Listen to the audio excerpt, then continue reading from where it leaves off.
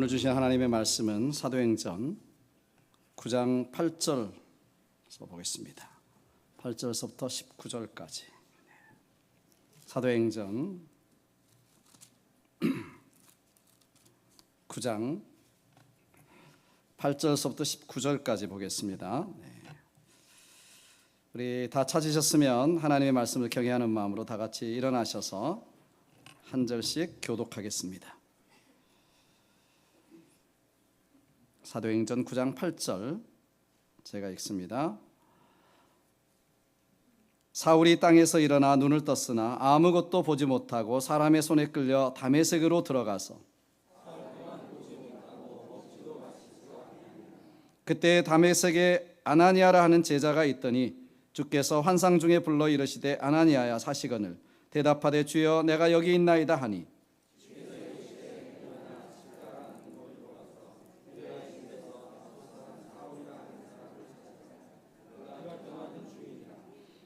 그가 아나니아라 하는 사람이 들어와서 자기에게 안수하여 다시 보게 하는 것을 보았느니라 하시거늘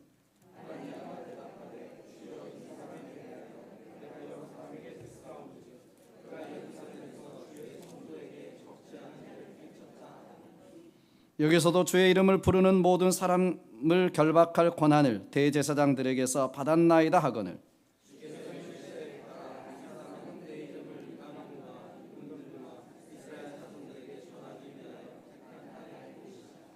그가 내 이름을 위하여 얼마나 고난을 받아야 할 것을 내가 그에게 보이리라 하시니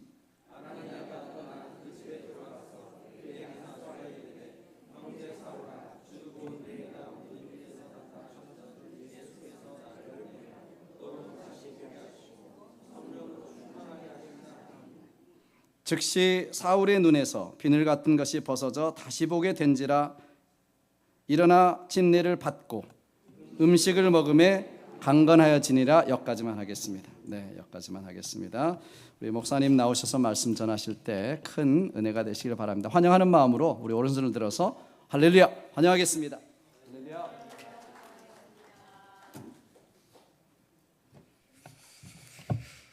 네, 잠시만요. 잠시만요. 조정 좀 하겠습니다. 아까 목사님께서 말씀하신 것처럼 면접 보러 온 목사입니다. 네, 그러니까 긴장이 엄청 되고요. 지금 입이 바짝바짝 마르고 있습니다. 그래서 제가 혹시라도 발음을 더듬거나 아니면 좀 실수하는 게 있다면 저랑 나이 차이 별로 안 나시는 것 같은데 다 40, 50대들만 계신 것 같은데 네, 형님 누님들밖에 없는 것 같은데 10살 밑 동상이 좀 긴장을 많이 했구나라고 귀엽게 봐주셨으면 좋겠습니다. 네, 제가 잠깐 기도하고 말씀 전하도록 하겠습니다. 사랑과 은혜가 풍성하신 하나님 아버지 감사합니다. 오늘 저희에게 이 예배를 허락하여 주시고 또 이 예배에 와서 하나님의 말씀을 듣게 하시니 너무나도 감사드립니다. 주님, 하루하루가 일상이고 하루하루 지나가지만 이것이 얼마나 하나님 앞에 우리가 받은 선물이고 참 귀한 날들인지 모르겠습니다. 주님, 이 날들 정말 귀하게 여길 수 있도록 인도하여 주시옵시고 정말 우리가 하나님만 의지하는 그리스도인들이 될 수 있도록 인도하여 주시옵소서. 주님, 저도 오늘 주님의 말씀 전하러 왔습니다. 제가 저를 뽐내기 위함도 아니고 그 무엇도 아닌 오직 주님의 말씀만 잘 전할 수 있도록 인도하여 주셔서 주님께서 저에게 주신 그 마음, 그 믿음 그대로 잘 전달할 수 있도록 주님 인도하시고 붙잡아 주시옵소서. 사랑이 많으신 예수 그리스도의 이름으로 기도드립니다. 아멘. 아멘. 네, 오늘 말씀 이 사연이라는 제목을 가지고 전하려고 합니다. 네, 오늘 이 말씀을 전하기 전에 저는 오늘 이 말씀을 한 가지 질문을 하면서 시작을 했으면 좋겠어요. 여러분의 신앙생활은 어떠하신가요? 여러분의 신앙생활 행복하신가요? 아니면 힘드신가요? 만약에 힘드시다면 왜 힘드신가요? 우리가 하나님의 말씀대로 살면 정말 날마다 행복합니다. 왜냐하면 하나님의 말씀이 꿀송이보다 더 달고 그리고 하나님의 말씀으로 말미암아 우리가 힘을 얻고 살아가기 때문에 이 하나님의 말씀대로 산다는 것이 얼마나 행복하고 기쁜 일인지 모르겠습니다. 그런데 하나님의 말씀대로 산다는 것이 말처럼 그리고 생각처럼 좀 쉽지 않은 부분이 있는 것 같아요. 하나님의 말씀대로 살게 되면 오늘 하루는 영이 충만하고 그리고 삶이 윤택해지지만 우리의 앞 미래를 생각하면 10년, 20년 뒤에 내가 무엇을 해먹고 살아야 할까? 이 땅 가운데서 어떻게 살아야 될까? 라는 생각을 하게 된다면 솔직히 걱정과 근심이 먼저 앞서게 되는 것 같습니다. 예수님께서 마태복음 6장 34절에 이렇게 말씀하세요. 그러므로 내일 일을 위하여 염려하지 말라. 내일 일은 내일이 염려할 것이요 한날의 괴로움은 그날로 족하니라 라고 말씀하십니다. 예수님께서 내일 일을 위하여 염려하지 말라라고 말씀하셨어요. 이것이 예수님의 말씀입니다. 그런데 우리는 믿음이 약해서 그런지 도대체 왜 그런지는 모르겠지만 자꾸 우리는 자신의 미래를 염려하고 우리 자녀들의 미래를 염려하게 됩니다. 그래도 이 말씀은 다른 사람들과 함께 이 말씀을 지켜내는 것이 아니라 내 속에 일어나는 그 걱정이기 때문에 어떻게 해서든지 말씀대로 하나님의 말씀대로 염려하지 않으려고 합니다. 그런데 만약에 다른 사람들과의 관계 때문에 신앙생활이 힘든 거라면 여러분은 어떻게 그 부분을 해결하시나요? 데살로니가 전서 5장 15절에 이렇게 말합니다. 삼가 누가 누구에게든지 악으로 악을 갚지 말게 하고 서로 대하든지 모든 사람을 대하든지 항상 선을 따르라 라고 하십니다. 아멘. 네, 이 말씀은 우리가 선한 사람들 뿐만 아니라 악한 사람들에게까지 항상 선을 베풀고 선을 따라야 한다고 합니다. 신앙생활을 나 혼자 이겨내야 하는 부분, 내가 혼자 인내해야 되는 부분은 어떻게 해서든지 우리가 노력해서 해결해 보려고 합니다. 그런데 이 말씀과 같이 다른 사람과 같이 해결해야 하는 부분들 혹은 내가 다른 사람에게 무엇을 주어야 하는, 베풀어야 하는 상황들은 혼자의 힘으로 해결할 수 없는 것이기에 하나님의 말씀대로 산다는 것이 생각보다 그리고 말처럼 쉽지 않습니다. 그럼 우리 다 같이 한번 생각해 볼까요? 왜 하나님께서는 당신의 자녀들에게 이렇게 힘든 일을 하라고 하시는 걸까요? 도대체 왜 그리스도인들은 악으로 갚지 말고 모든 사람에게 항상 선을 베풀고 어떠한 상황에서든지 항상 선을 따르라고 말씀하시는 것일까요? 오늘 말씀은 그리스도인들이 왜 악을 선으로 갚아야 하는지 보여주고 있습니다. 그리고 악인들에게 선을 행했을 때 어떤 일들이 일어날 수 있는지도 보여주고 있습니다. 오늘 말씀을 통해 여러분 모두가 이에 대한 답을 얻으시고 또 이 말씀을 통해 악을 선으로 이기시는 그리고 악을 선으로 갚으시는 모든 성도분들이 되시기를 축복하고 기도합니다. 아멘. 네, 오늘 말씀은 신실하고 하나님의 종이었던 사도 바울, 여러분 다 아시죠? 사도 바울이 회심을 하는 장면입니다. 사도 바울은 바울이라는 이 이름으로 계명하기 전에 사울이라는 이름을 가지고 있었습니다. 그래서 사도행전 7장부터 13장까지 계속해서 사도 바울이 사울이라는 이름으로 기록되다가 13장 13절부터 바울이라는 이름으로 기록됩니다. 네, 다시 본문으로 돌아간다면 사도행전 9장의 이 장면은 그리스도인들을 엄청나게 핍박했던 사울이라는 인물이 예수님을 만나 회심하게 되는 순간을 나타나게 됩니다. 그래서 사도행전 9장 31절까지 사울을 중점으로 이야기가 대부분 전개되고 있어요. 그런데 저는 오늘 이 부분을 보면서 사울이 아닌 아나니아라는 사람을 주목하려고 합니다. 신약 성경에서 아나니아라 하는 동명이인이 3명 있습니다. 우리가 흔히 아나니아 들으면 아나니아와 삽비라를 생각하죠. 근데 아나니아와 삽비라는 사도행전 5장에 나오는 아나니아입니다. 그래서 그들은 성령을 속여서 죽게 되고요. 그리고 사도행전 9장에 나오는 오늘 본문에 나오는 아나니아가 있고, 그리고 사도행전 23장과 24장에 나오는 대제사장 아나니아가 있습니다. 이렇게 세 명의 동명이인들, 그러나 다른 아나니아들이 있습니다.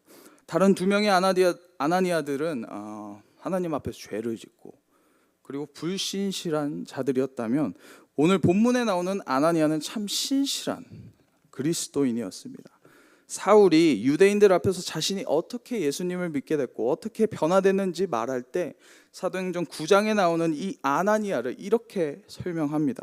사도행전 22장 12절에 율법에 따라 경건한 사람으로 거기 사는 모든 유대인들에게 칭찬을 듣는 아나니아라 하는 이가 라고 나옵니다. 하나님의 말씀을 정말 잘 지키기 위해 노력을 정말 많이 하는 유대인들조차도 칭찬을 하였던 사람이 아나니아였습니다. 9장에 나오는 아나니아였습니다. 그래서 이렇게 신실한 아나니아가 기도하고 있을 때 예수님께서 그에게 음성으로 나타나셔서 이렇게 말씀하십니다. 11절 12절에 주께서 이르시되 일어나 직가라 하는 거리로 가서 유다의 집에서 다섯 사람 사울이라 하는 사람을 찾으라. 그가 기도하는 중이니라. 그가 아나니아라 하는 사람이 들어와서 자기에게 안수하여 다시 보게 하는 것을 보았느니라 하시거늘이라고 나와 있습니다. 예수님의 이 말씀은 신실한 아나니아조차도 참 순종하기 어려웠습니다. 왜냐하면 이때 당시에 사울은 그리스도인들에게 정말 무시무시한 핍박자로 잘 알려져 있기 때문입니다. 사도행전 9장 1절부터 2절에 사울이 어떻게 그리스도인들을 핍박했는지 성경에서 나와 있습니다. 1절에 이렇게 나와 있어요. 사울이 주의 제자들에 대하여 여전히 위협과 살기가 등등하여 대제사장에게 가서 다메섹 여러 회당에 가져갈 공문을 청하니 이는 만일 그 도 예수 그리스도의 도를 따르는 사람을 만나면 남녀를 막론하고 결박하여 예루살렘으로 잡아오려 함이라 라고 나와 있습니다. 사울은 그리스도인들을 자신의 목숨을 다하고 열정적으로 핍박했습니다. 우리가 그 알던 사도 바울이 아니었어요. 그는 완전히 다른 사람이었습니다. 예수님을 구주로 믿는 모든 크리스천들, 모든 사람들을 결박하고 핍박하였습니다. 그래서 아마 그때 당시 그리스도인들은 박해자인 사울을 피하려고 이리저리 왔다 갔다 혹은 숨어 있기도 하고 갑자기 보이면 도망가기도 하였을 것입니다. 그런데 그러한 박해자였던 사울이 갑자기 장님이 되었어요. 얼마나 이 사람들이, 이 그리스도인들이 얼마나 행복했을까요? 사울이 장님이 되었다는 소식이 만방에 퍼졌을 때 이 소식을 접한 그리스도인들은 어떤 감정과 어떤 생각들을 가졌을까요? 아마 많은 그리스도인들이 엄청난 은혜와 기쁨으로 춤을 췄을 것입니다. 아마 이 소식이 그들에게 복음이었을 수도 있어요. 박해자 사울 때문에 두려워서 정말 하루하루 조바심 나면서 그리고 조심하면서 하루하루 힘들게 지냈는데 그가 장님이 되었으므로 정말 많은 그리스도인들에게 아주 조금의 자유가 임했을 것입니다. 많은 그리스도인들이 이제 더 이상 박해자 사울 때문에 두려워 떨지 않아도 되었어요. 그리고 아마 몇몇 사람들에게는 사울의 장님 소식이 기도의 응답이었고 또 하나님의 보호하심과 인도하심을 느끼는 정말 엄청난 그 은혜의 순간이었을 것입니다. 오늘 말씀에 나오는 신실한 아나니아 또한 사울이 장님이 되었다는 소식에 정말 큰 은혜와 환희 그리고 감사가 넘쳤을 것 같아요. 그런데 하나님의 계획은 그 당시 그리스도인들의 생각과 정말 너무나도 달랐습니다. 갑자기 예수님께서 아나니아의 기도 중에 음성으로 나타나셔서 그 박해자 사울, 그 원수 같은 사울의 눈을 다시 뜨게 하라는 것이었어요. 아무리 신실했던 이 아나니아도 예수님 말씀에 전적으로 순종하기가 힘들었습니다. 그래서 아나니아가 오늘 본문 13절과 14절에 사울이 어떠한 사람인지 이렇게 말합니다. 아나니아가 대답하되 주여 이 사람에 대하여 내가 여러 사람에게 듣사온즉 그가 예루살렘에서 주의 성도에게 적지 않은 해를 끼쳤다 하더니 여기서도 주의 이름을 부르는 모든 사람을 결박할 권한을 대제사장들에게서 받았나이다 하거늘. 아나니아는 아마 예수님께 이렇게 말했을 것 같아요. 지금 우리 현대어로 좀 약간의 번역을 하자면, 주님, 얘 진짜 나쁜 애예요. 주님, 천국에 승천하시고 아직 이 세상을 잘 모르시는 것 같은데요. 이 세상 잘 모르시는 것 같은데요. 이 사람은 정말 그리스도인들에게 원수와도 같은 존재입니다. 이 사람 박해자예요. 이 사람 핍박자예요. 절대 다시 눈뜨게 해서는 안 됩니다 라고 아나니아가 예수님께 반문합니다. 그러자 예수님께서 오늘 본문 15절 16절을 통해 사울은 내가 택한 그릇이고 나의 이름을 위해 고난을 받을 것이라고 말씀하십니다. 예수님의 뜻과 말씀을 들은 아나니아는 어떻게 반응했을까요? 우리처럼 혹은 이제 저처럼 예수님 안 돼요. 그래도 안 돼요. 예수님 안 돼요. 저 못하겠어요. 이렇게 할까요? 17절에 이렇게 나옵니다. 아나니아가 떠나 그 집에 들어가서 그에게 안수하였다라고 나옵니다. 예수님의 말씀을 듣고 나서 아나니아는 곧바로 집을 떠났습니다. 그리고 박해자 사울에게 가서 안수하고 눈을 다시 뜨게 하였습니다. 사울은 그리스도인들에게 정말 원수와도 같은 사람이었어요. 그래서 만일 이러한 사람의 눈을 뜨게 한다면 아나니아 본인 자신도 그리스도인들에게 원수와 같은 자가 될 것입니다. 정말 리스키했어요. 그러나 아나니아는 자신이 사울처럼 그리스도인들에게 원수가 될지라도 예수님의 말씀에 순종하고 따라갔습니다. 이 말씀을 보면서 저는 개인적으로 아나니아의 그 믿음이 정말 너무나도 질투가 많이 났습니다. 그리고 목사로서 이런 말을 좀 하긴 그렇지만 가끔입니다. 가끔은 원수가 조금이라도 잘 되지 않았으면 하는 바람이 저에게도 있어요. 그런데 어떻게 아나니아는 예수님께서 말씀하시자마자 바로 그 원수인 모든 그리스도인들을 핍박하는 그 핍박자에게 가서 안수하고 다시 눈을 뜨게 하였을까요? 아나니아는 정말 감정이 하나도 없었던 사람이었을까요? 저도 역시 이 세상을 살아가면서 가장 힘든 것이 인간관계인 것 같아요. 그래서 그 인간관계 때문에 하나님께 정말 많이 기도합니다. 하나님 제발 좀 그래 너무 잘도 아니고 너무 이상한 인간관계도 아니고 그래도 어느 정도 평소와 다른 그러니까 그냥 더도 말고 덜도 많은 그런 인간관계만이라도 하게 해주세요라고 기도를 많이 합니다. 그러다가 가끔 어떤 사람은 정말 너무 마음을 힘들게 해요. 그래서 하나님께 이렇게 기도합니다. 하나님, 저 사람을 어떻게 하면 좋을까요? 도대체 삶아 먹어야 되나요? 구워 먹어야 되나요? 어떻게 하면 나의 이 불편함이 그 사람에게 정말 강하게 그 사람이 완전 알아들을 수 있도록 강하게 전달될까요? 라고 기도합니다. 그때마다 하나님께서 저에게 말씀을 이렇게 하세요. 상영아, 인내하거라. 상영아, 참아라. 너도 내가 참았어. 라고 말씀을 해주십니다. 그러면 대부분 하나님께서 이렇게 저한테 말씀해 주시면 대부분 마음이 가라앉아요.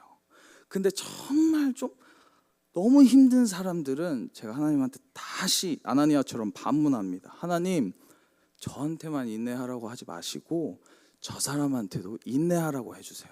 왜 자꾸 맨날 저한테만 인내하라고 하세요, 주님? 이라고 반문하기도 합니다. 아마 이 자리에 계신 여러분들도 참 이 말에 이 마음에 참 공감을 많이 하실 거라고 예상합니다. 그래서 아나니아의 이 태도 변화가 신앙적으로는 너무 부럽고 그리고 인간적으로는 참 질투나는 부분인 것 같습니다. 대부분의 성경 인물들은 아나니아처럼 신앙의 깊이가 깊고 우리랑 정말 비슷한 생각과 대부분 성경 인물들은 아나니아처럼 신앙 깊이가 깊고 정말 마음도 넓고 그런데 우리랑 정말 비슷한 생각과 마음을 가진 구약의 선지자가 한 명 있습니다. 저는 이 선지서를 보면서 항상 그 공감이 너무 많이 돼가지고 참 마음이 편해져요. 많은 성경 중에서 혹시 누군지 아시나요? 요나입니다. 하나님의 말씀이라도 내 마음이 반대하면 불순종해버리는 그 구약 선지자가 요나입니다. 그래서 하나님의 말씀이 요나에게 임하고 하나님께서 요나에게 그 너의 원수지만 그 니느웨 성에게 가서 회개 말씀을 전하라고 하셨어요. 그때 요나는 원수 같은 니느웨가 하나님의 은혜가 아닌 하나님의 심판을 받아야 하니까 반대편으로 도망갔습니다. 그래서 우리가 아는 것과 같이 하나님께서 폭풍을 보내시고 큰 물고기로 요나를 삼키도록 하셨어요. 그러자 요나가 하나님께 회개하고 하나님의 말씀대로 니느웨 성에게 회개의 말씀을 전하였습니다. 그러자 요나의 원수 같은 니느웨 백성들이 어떻게 하였나요? 정말 대대적으로 회개하였습니다. 정말 모든 사람, 니느웨 성 안에 있는 모든 사람들이 회개하였습니다. 원수들이 하나님의 심판을 받지 않고 은혜를 받자 요나에게는 불평불만이 너무나도 많았어요. 그래서 요나가 요나서 4장 1절부터 3절에 이렇게 하나님께 기도합니다. 요나가 매우 싫어하고 성내며 여호와께 기도하여 이르되 여호와여 내가 고국에 있을 때는 이러하겠다고 말씀하지 아니하였나이까. 그러므로 내가 빨리 다시스로 도망하였사오니 주께서는 은혜로우시며 자비로우시며 노하기를 더디하시며 인애가 크시사 뜻을 돌이켜 재앙을 내리지 아니하시는 하나님이신 줄을 내가 알았음이니이다. 여호와여 원하건대 내 생명을 거두어 가소서. 죽는 것이 내게 나음이니이다 하니라고 말하고 있습니다. 요나는 사는 것이 싫었어요. 왜냐하면 그 원수들이 하나님의 심판을 받지 않고 하나님의 은혜를 받았기 때문이에요. 아마 우리는 요나의 이 마음을 어느 정도 잘 이해할 것 같습니다. 우리의 원수들이 세상에서 잘 되고 그들의 사업이 번창해지는데 내 사업은 번창해지지도 않고 오히려 마이너스에 적자면 참 그리스도인으로서 살기 힘들다 이 세상라는 생각들이 많으실 거예요. 그래서 머리로는 나는 그리스도인이니까 이런 악한 마음을 가지면 안 돼라고 하지만 마음 한편에서는 그 이유 모를 씁쓸함 혹은 내 생각과 다른 행동들이 나에게 무의식적으로 나올 때가 있습니다. 그런데 오늘 본문에 나오는 아나니아는 우리와 똑같은 사람이에요. 그가 스페셜하지도 않고요, 특별하지도 않고 우리와 똑같은 사람인데 어떻게 요나와 같은 마음을 가지지 않고 참 너그러운 마음을 가질 수 있었을까요? 그리고 요나와 아나니아는 똑같이 하나님의 말씀에 순종했습니다. 결과론적으로 보면. 그런데 왜 이들의 반응은 정말 극명하게 달랐을까요? 오늘 본문에 왜 요나와 아나니아의 반응이 다를 수밖에 없는지 나와 있습니다. 17절에 이렇게 나옵니다. 아나니아가 떠나 그 집에 들어가서 그에게 이르시되 형제 사울아라고 말하고 있습니다. 그리고 18절에 이렇게 나와요. 즉시 사울의 눈에서 비늘 같은 것이 벗어져 다시 보게 된지라 일어나 침례를 받았습니다. 아나니아가 사울에게 침례를 주었어요. 그리고 19절에 이렇게 나와요. 음식을 먹으며 강건하여 지니라. 아나니아가 사울에게 음식도 갖다 줬습니다. 아나니아는 원수인 사울을 예수님 안에서 같은 형제로 사랑했습니다. 그런데 요나는 순종의 모양만 갖추었습니다. 만일 아나니아가 요나처럼 순종의 모양만 갖추었더라면 침례도 주지 않았을 것이고요, 음식도 주지 않았습니다. 왜냐하면 예수님께서 아나에게 안수만 주라고 하셨기 때문이에요. 그럼 안수만 주고 나오면 될 것을 아나니아는 음식도 주고 더군다나 침례도 주었습니다. 이때 당시에 침례를 준다는 것은 너를 우리 공동체, 우리 크리스천 공동체로 받아들이겠다라는 정말 엄청난 것이에요. 그런데 그것도 주었습니다. 그래서 이 부분을 본다면 아나니아는 결코 말로만 원수를 사랑하지 않았습니다. 본문에 나오는 그의 행동들은 정말 다 사랑에서 나오는 것들이었어요. 원수를 사랑하지 않았던 그 요나는 하나님께서 말씀하신 것만 합니다. 그것도 대충 합니다. 그런데 원수를 사랑했던 아나니아는 하나님께서 말씀하신 것과 그 사람이 정말로 필요로 하는 것까지 다 제공합니다. 그 사람의 필요를 제공한다는 것은 그 사람에 대해서 정말 많이 생각했다는 것이고, 그리고 그 사람에 대해서 생각했다는 것은 그것은 사랑이 없이 나올 수 없는 것입니다. 예수님께서 누가복음 6장 27절부터 36절까지 이렇게 말씀하십니다. 그러나 너희 듣는 자에게 내가 이르노니 너희 원수를 사랑하며 너희를 미워하는 자를 선대하며 너희를 저주하는 자를 위하여 축복하며 너희를 모욕하는 자를 위하여 기도하라. 너희 이 뺨을 치는 자에게 젖뺨도 돌려대며 내 겉옷을 빼앗는 자에게 속옷도 거절하지 말라. 내게 구하는 자에게 주며 내 것을 가져가는 자에게 다시 달라 하지 말며 남에게 대접을 받고자 하는 대로 너희도 남을 대접하라. 저는 이 부분이 정말 너무나도 가슴을 찌릅니다. 너희가 만일 너희를 사랑하는 자만을 사랑하면 칭찬받을 것이 무엇이냐? 죄인들도 사랑하는 자는 사랑하느니라. 너희가 만일 선대하는 자만을 선대하면 칭찬받을 것이 무엇이냐? 죄인들도 그렇게 하느니라. 너희가 받기를 바라고 사람들에게 꾸어주면 칭찬받을 것이 무엇이냐? 죄인들도 그만큼 받고자 하여 죄인에게 꾸어주느니라. 오직 너희는 원수를 사랑하고 선대하며 아무것도 바라지 말고 꾸어주라. 그리하면 너희 상이 클 것이요 또 지극히 높으신 이의 아들이 되리니 그는 은혜를 모르는 자와 악한 자에게도 인자하시니라. 너희 아버지 너희 하나님의 자비로우신 같이 너희도 자비로운 자가 되라 라고 말씀하십니다. 여러분, 우리가 그리스도인으로서 사랑받을 만한 사람을 사랑하는 것도 굉장히 중요합니다. 이 부분도 우리가 해야 되는 부분이에요. 그러나 우리가 정말 예수님에게 칭찬받은 것은 아까 말씀과 같이 원수와 같은 사랑받지 못해도 마땅한 사람을 사랑하는 것입니다. 이것이 우리에게 예수님께 받는 큰 상입니다.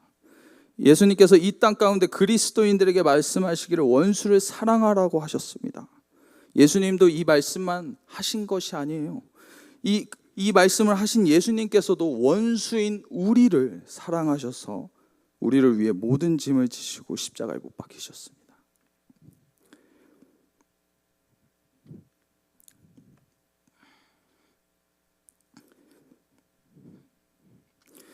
예수님이 십자가에 못 박히기 전에 우리가 사랑받을 만한 죄인들이었나요? 우리가 죄인들 중에 선한 죄인이었나요? 우리가 죄인들 중에 그나마 나은 죄인들이었나요? 결코 그렇지 않습니다.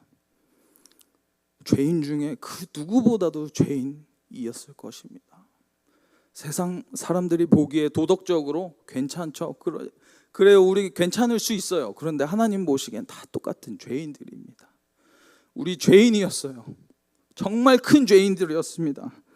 그런데 그럼에도 불구하고 예수님께서 십자가를 통하여 우리에게 그 사랑을 먼저 보이셨습니다.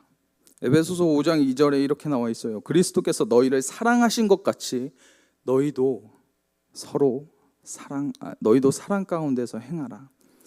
그는 우리를 위하여 자기를 버리사 향기로운 제물과 희생 제물로 하나님께 드리셨느니라. 여러분, 예수님께서 말씀하시는 이 사랑은 내가 힘을 내어 내 힘으로 하는 사랑이 아닌 내가 정말 죽어야 하는 사랑입니다. 마치 미랄처럼 내 자아를 죽기까지 복종해야 예수님의 그 사랑이 드러납니다. 아나니아는 사울이 예수님이 택한 그릇인지 알았어요. 왜냐하면 예수님께서 말씀하셨기 때문에. 그리고 아나니아는 사울이 나중에 예수님을 위해 고난받는 것도 알았습니다. 왜냐하면 예수님께서 말씀하셨기 때문에. 그런데 아나니아는 사울이 나중에 엄청난 전도자, 심지어 지금까지도 계속해서 존경받는 사도가 되리라고는 정말 꿈에도 몰랐을 것입니다. 이것이 바로 복음의 능력입니다. 원수와 같은 자, 절대로 변하지 않을 것 같은 자라도 하나님의 은혜가 임한다면 예수님의 제자가 됩니다. 저도 개인적으로 제가 이제 중고등학교 시절 교회를 초등학교 때부터 갔긴 했지만 고등학교 2학년 때 예수님을 영접했습니다. 그 전까지는 저도 사울이었어요. 정말 목사님들 말 정말 정말 지겹도록 안 들었고요. 그리고 예배 시간에 딴 데가 있어서 자꾸 집사님들이 저를 잡아다가 예배 자리에 앉히고 정말 말썽꾸러기였습니다. 어딜 가든 말썽을 피웠어요. 근데 하나님께서 저에게 그 아나니아들을 많이 보내주셨습니다. 그래서 그들이 하나님 말씀에 순종하시고 그리고 저를 너무나도 사랑해 주셨어요. 제가 사랑받을 만한 사람도 아니었습니다. 그런데 아나니아와 같은 마음으로 저를 사랑해 주셨어요. 그리고 그 사랑들 덕분 때문에 그리고 하나님의 은혜와 사랑이 저에게 임하여서 이렇게 하나님의 말씀을 전하고 하나님의 사역을 위해 살아가고 있습니다. 우리는 그런 원수와 같은 자들을 아나니아처럼 사랑하고 그들에게 복음을 전해야 합니다. 오늘 설교 제목을 조금 특이하게 한자로 지었습니다. 사연, 이 죽을 사 그리워할 연입니다. 보통 사연이라고 한다면 일사자에 인연연을 써서 일 앞뒤에 사정과 까닭이라는 뜻으로 우리가 많이 사용하는데요. 오늘 이 설교의 제목은 제가 만든 단어입니다. 구글에 치시거나 한자 사전 뒤지셔도 안 나옵니다. 제가 만든 거예요. 그냥 제가 만들었으니까 너무 목사님 저거 틀렸는데 이렇게 생각하시지 마시고 제가 만들었습니다. 그래서 여기에서 사용한 사는 제가 사용한 사는 죽을 사 죽다고요. 그리고 연은 그리워하다, 사모하다, 사랑하다라는 뜻을 가지고 있습니다. 그리고 이 연자는 연애할 때 쓰이는 연자이기도 합니다. 그래서 종합하면 죽기까지 사랑한다는 뜻입니다. 우리가 세상에서 사연이라는 단어를 우리는 보통 삶의 우여곡절이 많을 때 그리고 인간관계가 힘들 때 인간관계에 어려움이 있을 때 아이고 저는 사연이 많습니다. 제 사연은 정말 깊습니다 라고 표현합니다. 그런데 이제부터는 다른 사람들에게 사연이 많다라고 얘기할 때 우리 그리스도인들은 조금 이 글자를 다르게 사용했으면 좋겠어요. 그동안 사연을 말하면서 내가 주체가 되어서 내가 힘든 것들, 내가 겪은 그 고통들을 말했지만 이제는 하나님의 사랑 때문에 이 원수를 죽기까지 사랑한 적이 많다라고 간증하였으면 좋겠습니다. 그런 의미에서 우리가 사연이라는 단어를 썼으면 좋겠어요. 그래서 그리스도인들, 저와 여러분이죠. 저와 여러분의 사연은 내가 중심이 된 사연이 아닌 나에게 주신 하나님의 사랑과 은혜가 중심이 된 사연들이 되어서 하나님을 믿지 않는 여러분, 하나님을 믿지 않는 자들에게 여러분이 그동안 죽기까지 원수를 사랑했던 그 사연들을 전함으로써 사도 바울과 같은 믿음의 전도자들이 많이 생겨나고 하나님의 뜻이 이 땅 가운데 이루어지기를 간절히 기도합니다. 네, 제가 오늘 말씀을 위해 기도를 하고 말씀을 마치도록 하겠습니다. 사랑과 은혜가 풍성하시고 은혜로우시고 거룩하신 하나님 아버지, 오늘 이 시간을 저에게 허락하시니 너무나도 감사드립니다. 주님, 정말 이 아나니아처럼 우리가 죽기까지 사랑할 수 있도록 주님 허락하여 주시옵소서. 원수와 같은 자들, 지금 말씀을 들으면서 생각났던 그 사람들을 위해 우리가 사랑할 수 있도록 인도하여 주시옵시고 정말 우리가 죽기까지 사랑할 수 있도록 인도하여 주시옵소서. 주님, 우리 죄인들입니다. 주님, 우리의 힘으로 할 수 있는 것들이 정말 아무것도 없습니다.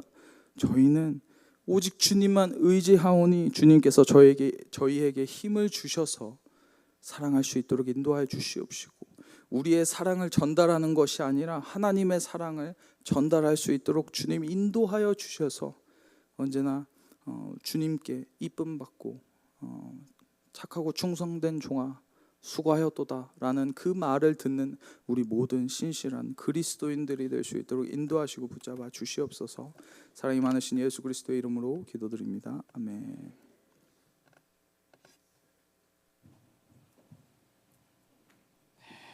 우리 하나님 앞에 영광의 박수 한번 드리겠습니다. 하나님 감사합니다. 하나님 감사합니다.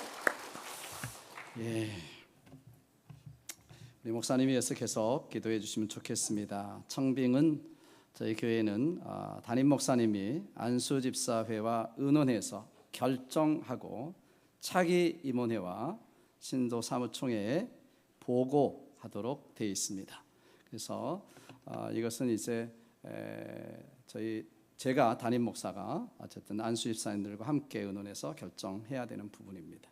그래서 여러분들을 위해서 기도해 주시고, 특별히 아이가 없으십니다. 아직 아이가 없으신데 셋 잘 낳을 수 있도록 3명을 꼭 낳으실 수 있도록 아들만 낳지 말고 아들, 딸 낳을 수 있도록 기도해 주시기를 부탁을 드립니다.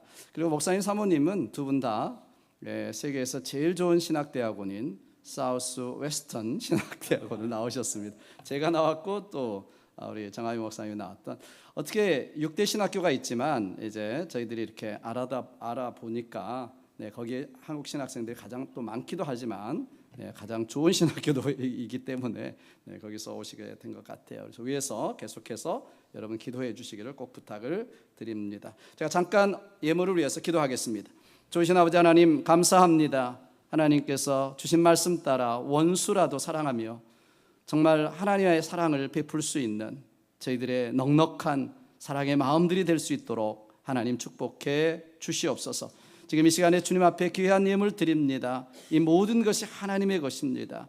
내게 주신 모든 것 하나님의 것이오니 하나님께 구별해서 드립니다. 이 믿음대로 하나님께서 만배로 갚아주시고 우리의 삶에 하나님의 놀라우신 역사가 있게 도와 주시옵소서. 이 예물이 쓰여지는 곳마다 하나님의 영광이 드러나고 죽어가는 영혼들이 돌아오고 하나님의 교회가 든든히 서갈 수 있도록 축복해 주시옵소서. 감사하고 예수님의 이름으로 축복하며 기도하옵나이다. 아멘.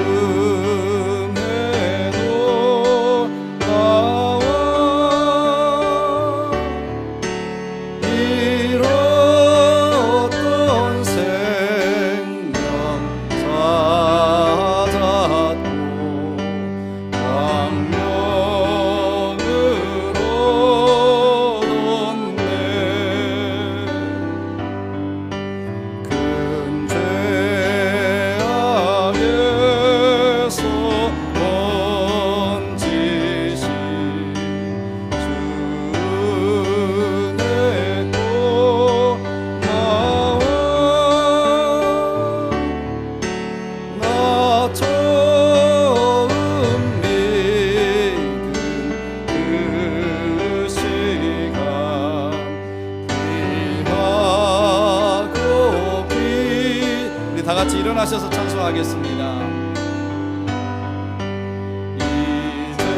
이제껏 내가 산 것도 주님의 은혜라.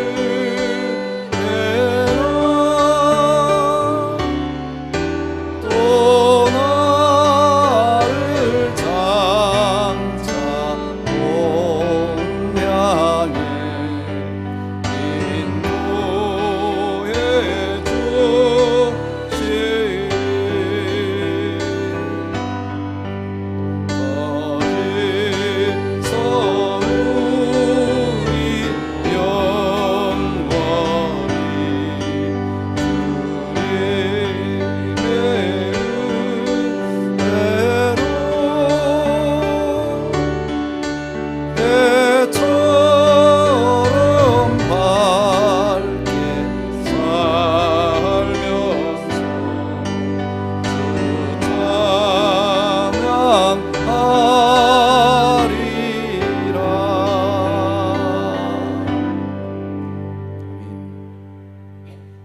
혹시 2부 예배에 영어로 다시 또 말씀 전하시게 되는데 참여하실 분들은 2부 예배도 참여하시기를 바랍니다.